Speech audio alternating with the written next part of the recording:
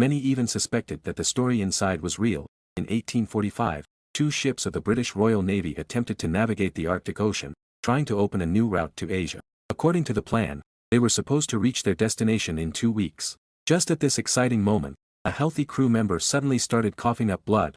After repeated examinations by Dr. Joba, it was confirmed that the crew member was suffering from a disease never seen before, meaning there was no cure. As he was on the verge of death, he saw a strange figure wearing a mask and uttered some words. He passed away right after. Even more eerie was the fact that during the burial, although many nails were driven into the coffin, the lid mysteriously opened. On the same day, the already freezing Arctic Ocean suddenly experienced a sharp drop in temperature, reaching a horrifying -70°C. The main ship, also inexplicably lost power. Captain Old John immediately sent the best sailor to investigate. The sailor was still incredibly nervous because a few days ago, a crew member accidentally fell into the sea and froze to death in just 15 seconds. Fortunately, after some effort, the obstacle was cleared, but at that moment, he felt as if something was watching him. When he turned around, he was paralyzed with fear, seeing a strange black shadow slowly drifting toward him. Terrified, he quickly pulled the rope, signaling to be pulled back up. When asked about what happened under the ship, he only mentioned the propeller being jammed by ice, saying nothing about the shadow. As for why he kept it secret, it will be explained later. Old John immediately held an emergency meeting upon hearing the news. The engineers evaluated that the propeller issue would cause the to lose at least half of its power. As the temperature continued to drop, it would be extremely difficult to navigate through the ice ahead. If they didn't change course immediately, they could become trapped nearby. But not wanting to waste time, Old John rejected this proposal. Still eager to reach their destination early, he didn't realize at the time that his misjudgment would drag everyone into hell. The mobilization began the next day.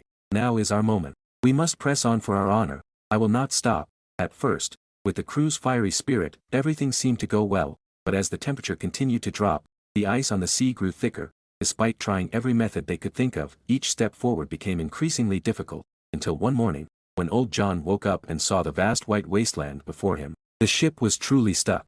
What he didn't expect was that they would remain trapped for a full 8 months. Now it was summer, but there was no sign of the ice melting. Even worse, their food supplies were running low. He sent out a small team to keep moving forward, hoping to find land and get help. Meanwhile, they were suddenly blocked by a small iceberg. They had no choice but to climb over it to see what lay ahead, but when they reached the top, they had spotted a small pile of stones, indicating that someone lived nearby, and thus land couldn't be far. However, what they didn't realize was, this was where the nightmare would begin. The leader instructed the crew to set up camp, while he and his deputy went ahead to explore. However, when they returned, they were stunned. The heavy supply crates, weighing over 1,000 pounds, had been overturned. They couldn't figure out what could have caused such massive destruction. That night, though, things took a terrifying turn. Out of nowhere, hailstones the size of watermelons started dropping at their feet. The bravest among them even fired shots in the direction of the sound. But to their horror, they hit an Eskimo instead, and a gigantic unknown creature appeared. With no other options, the team fled back to the camp under the cover of night. They hoped the ship's doctor could save the old man they had shot, but the bullet had lodged too deep.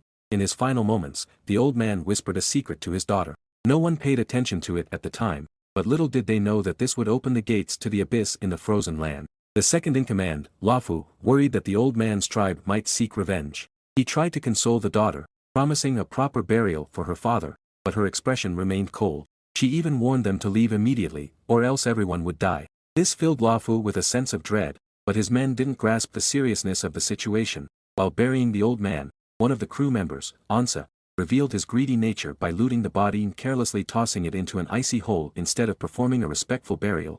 Later, what they didn't realize was that this mysterious tribe had its own way of exacting revenge. The ship's doctor, examining the wounds, concluded that they were likely caused by some unknown animal. The very next day, Old John organized a hunt for the mysterious creature. Using rats as bait and armed with weapons, the crew waited patiently for the beast to show itself. In a foolish display of bravado, Old John insisted that everyone come out to take photos, even though there were signs of blood.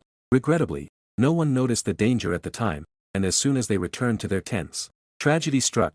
Seeing the situation take a turn for the worse, after just a few steps, he was dragged into the same icy pit where the old man had been buried, leaving behind only one of his legs.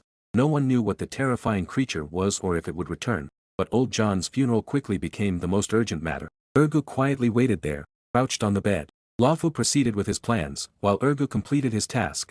As for why Lafu did this, it will be explained later. Little did she know that she would be captured later that night, and the one who captured her was none other than Ergu. Ergu suspected that the crew's attacks might have something to do with her. Luofu, too, began to grow suspicious, not only of Ergu's reckless actions but also of the ancient tribe. Luofu deeply feared the tribe's power and punished Ergu harshly, setting the stage for Ergu's future betrayal. Meanwhile, the goodwill shown by the Eskimo woman began to change her view of the crew, but the attacks didn't stop. In fact, they became even more frequent, with one crew member's skull mysteriously going missing. They searched for a full day and night but couldn't find it. With no other choice, the creature suddenly attacked again.